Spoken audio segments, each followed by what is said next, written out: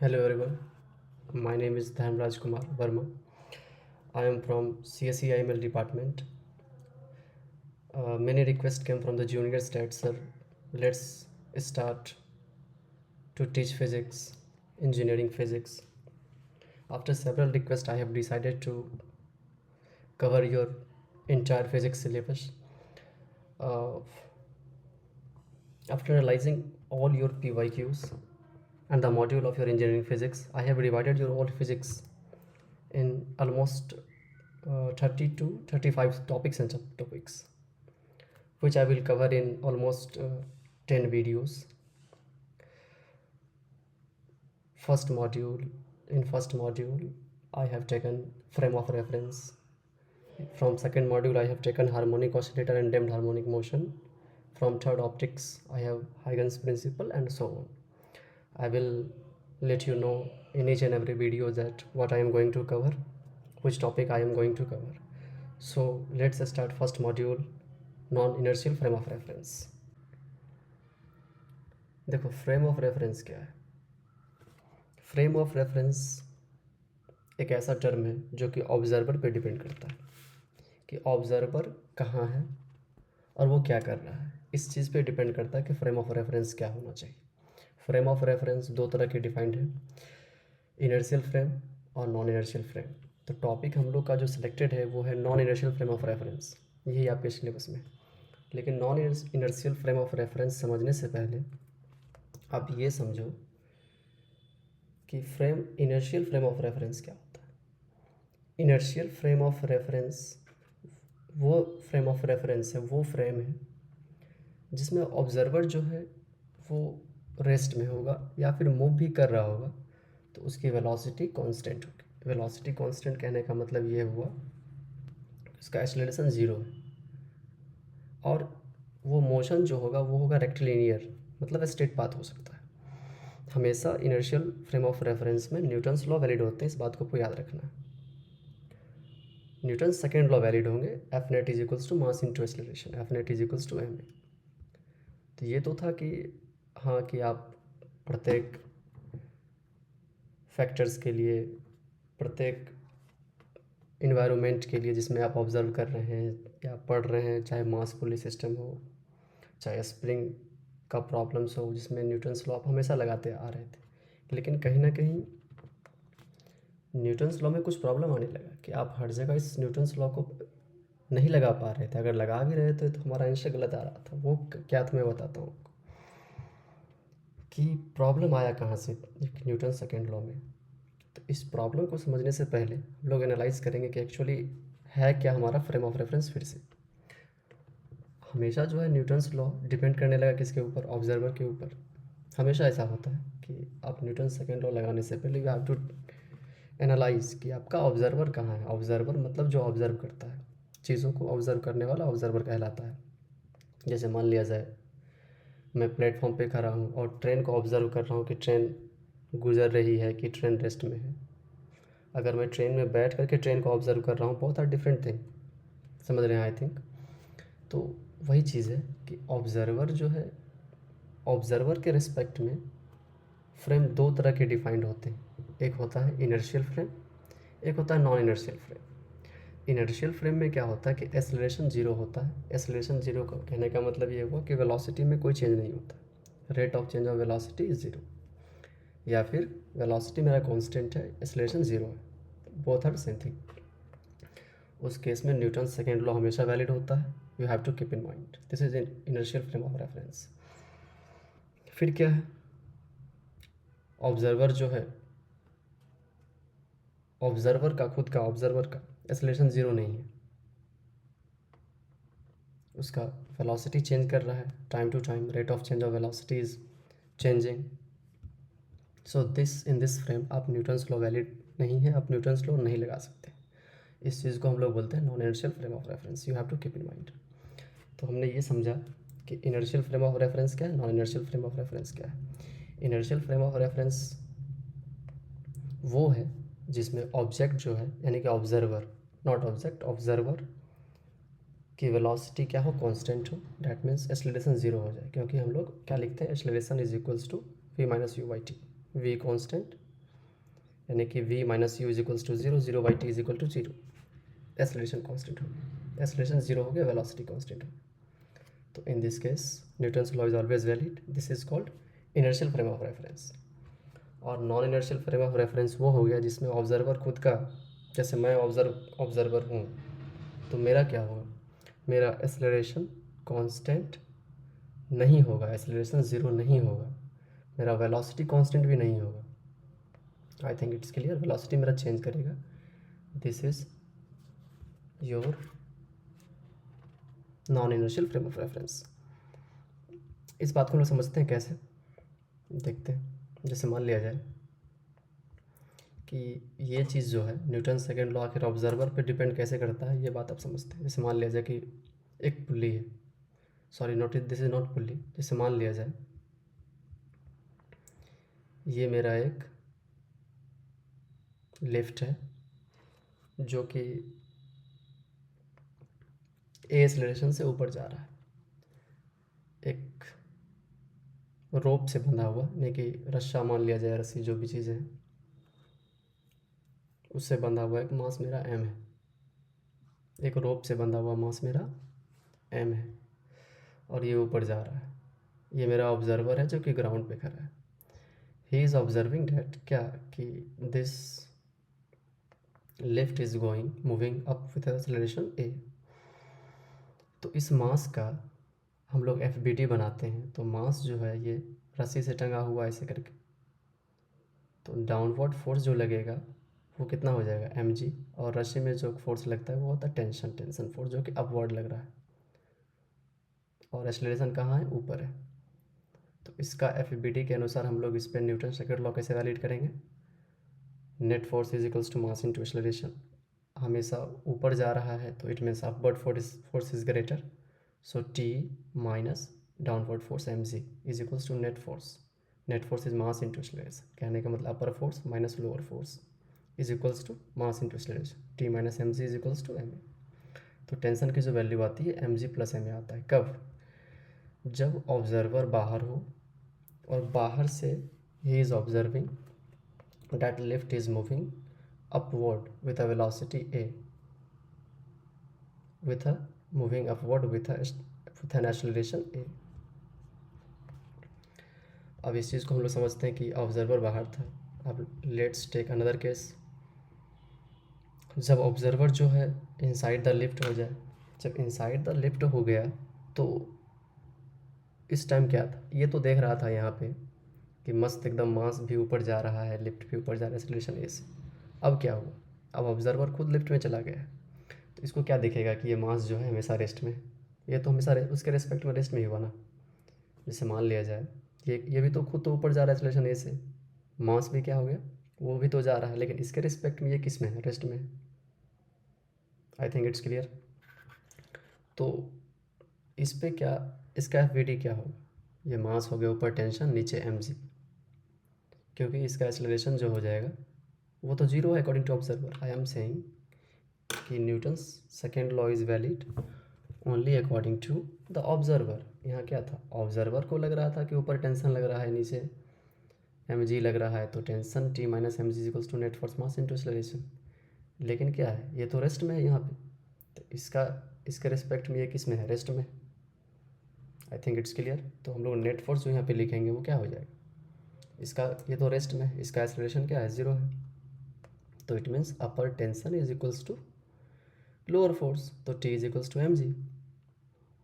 तो फिर प्रॉब्लम हुआ ना कि आप ग्राउंड से ऑब्जर्व कर रहे थे तो tension becomes M G plus M A, if you are inside the lift tension become M G.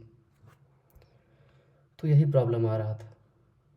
तो कहीं ना कहीं न्यूटन सेकेंड लॉ में प्रॉब्लम आया कि भाई साहब हमने न्यूटन सेकेंड लॉ लगाया, यहाँ पे जब हम बाहर खड़े हैं, if I am an observer and I am observing from outside of the lift and the tension comes mg plus ma, if I am inside the lift the tension comes mg, तो problem हो गया, बवाल much गया।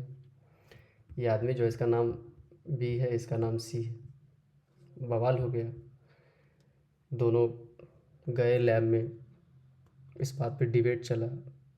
जो philosopher काफ़ी लोग थे, philosopher of physics, उनके पास ये प्रॉब्लम गई तो उन्होंने देखा और काफ़ी एग्ज़ामिन करने के बाद, समझने के बाद उन्होंने फाइंड किया कि this is true, tension is equals to mg plus ma is correct and this is wrong. तो वही बात हमने लिखा है कि but the reading of the tension can not be different.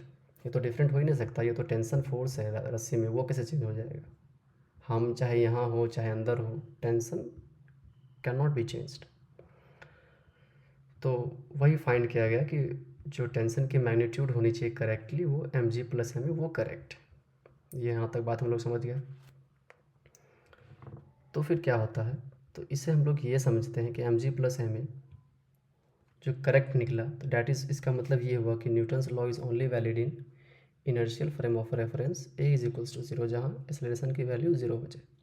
जब मतलब ये हुआ कि ये इस टेंशन की वैल्यू mg प्लस ma ये करेक्ट निकला, इसमें न्यूटन्स लॉ तो वैलिड हुआ और यहाँ जाके फेल कर गया। तो इससे हमने क्या समझा, ये तो क्या था, ऑब्जर्वर बाहर था, ये रेस्ट में था, इसकी एक्सेलरेशन 0 थी, तब जा कर के यहाँ न्यूटन्स लॉ वैलिड है। लेकिन ऑब्जर्वर खुद मोशन में इनसाइड द लिफ्ट है, इसकी एक्सेलरेशन खुद की 0 नहीं है।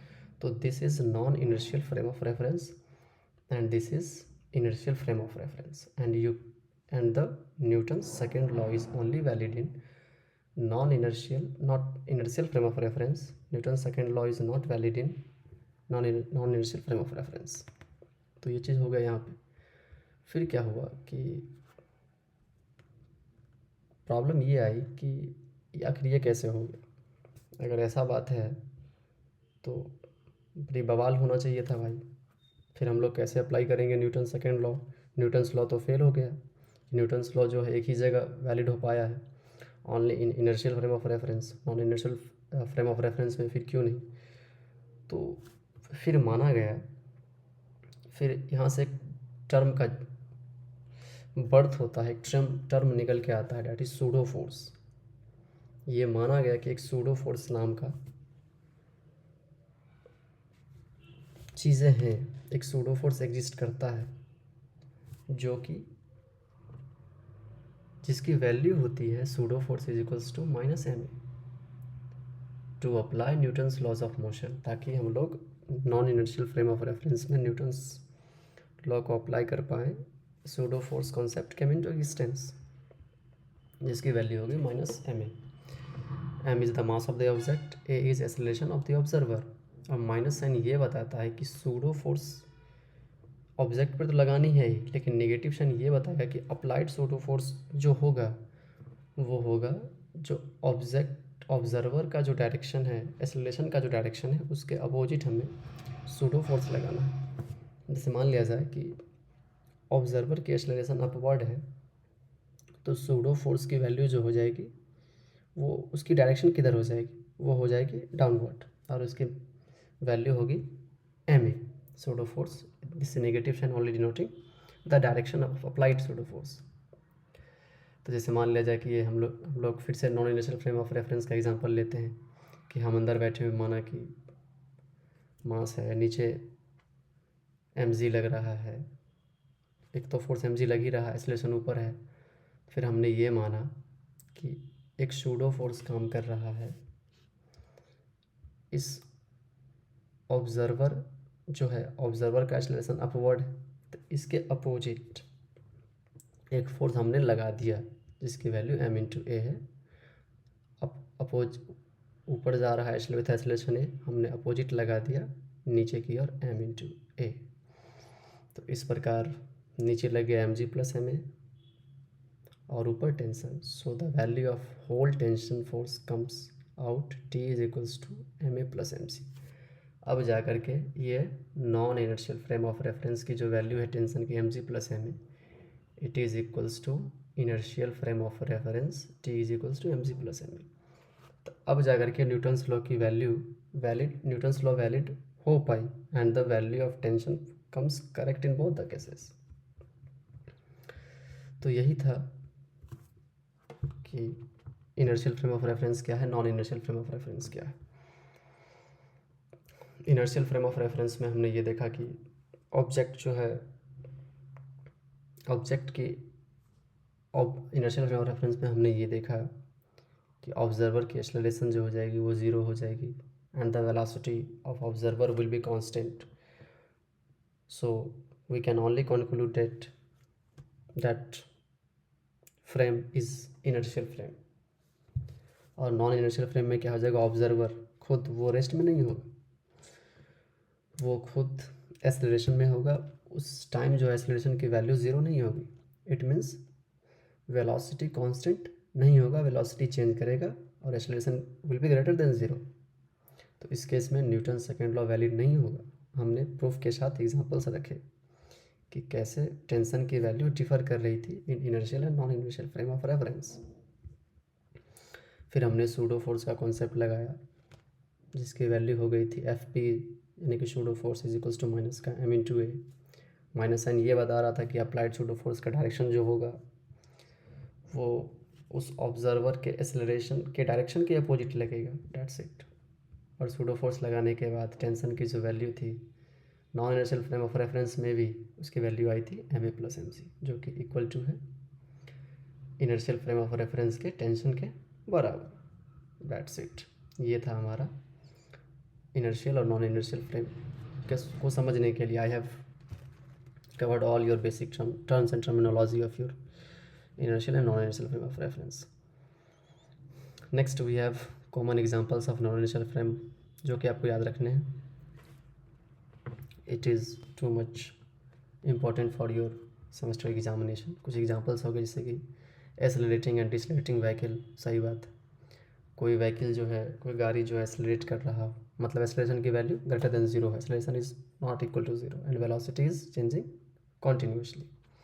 तो this is an example of inertial frame of reference. आप गाड़ी में बैठे हो, अचानक गाड़ी अचानक चल पड़ी तो आपको लगेगा कि अरे यार हम तो पीछे गिर गए. तो एक फोर्स आप पे अप्लाइड होता है.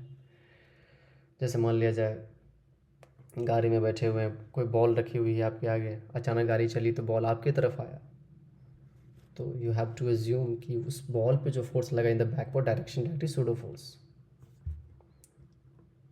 ये एग्जांपल हो गया.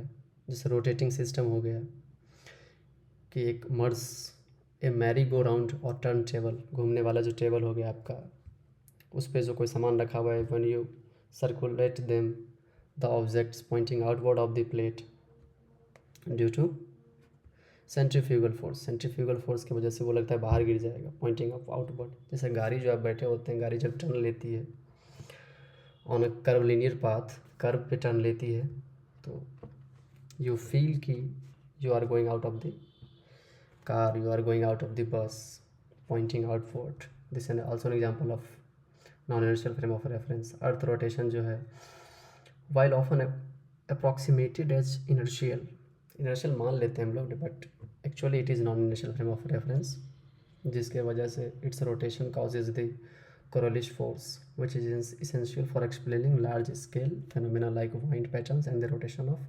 hurricanes. You have to keep in mind these are the examples of a non-inertial frame: accelerating, decelerating vehicle, rotating system, earth rotation. और हमने यहाँ 3 पॉइंट मेंशन किए हैं जो कि एक for your keep you have to keep at a glance. Feature है motion, तो इसकी वेलोसिटी इनर्शियल फ्रेम में क्या हो जाएगी, कांस्टेंट वेलोसिटी हो जाएगी, एक्सेलरेशन की वैल्यू जीरो हो जाएगी. नॉन इनर्शियल में एक्सेलरेशन क्या होता है, जीरो नहीं होता है. और न्यूटन्स लॉ क्या इनर्शियल में वैलिड होंगे, बिल्कुल वैलिड होंगे. नॉन इनर्शियल में वैलिड नहीं होंगे. कब तक वैलिड नहीं होंगे, जब तक आप सूडो फोर्स लगाना. तो so pseudo force came into existence. तो वही बात लिखा है कि तब तक फेल होगी जब तक सूडो फोर्स आर इंक्लूडेड. जब तक फेल होगी जब तक कि आप सूडो फोर्स नहीं लगा देते. ये पॉइंट लगा दीजिए, उसके बाद न्यूटन्स लॉ हमेशा वैलिड हो जाएगा. एग्जाम्पल हो गया इनर्शियल फ्रेम का जिसमें स्पीड कांस्टेंट है, एक्सेलरेशन की वैल्यू जीरो है, तो train moving at a constant speed is an example of inertial frame. And examples of non inertial frame is car turning a corner and you feel a centrifugal force acting on you and you point outward direction from your car. And this is all about your inertial and non-inertial frame of reference. Thank you so much. Keep revising. I will cover your each and every topics in the same way. If you find effective, say something in comment section if you don't find effective. Also say in comment section. Thank you.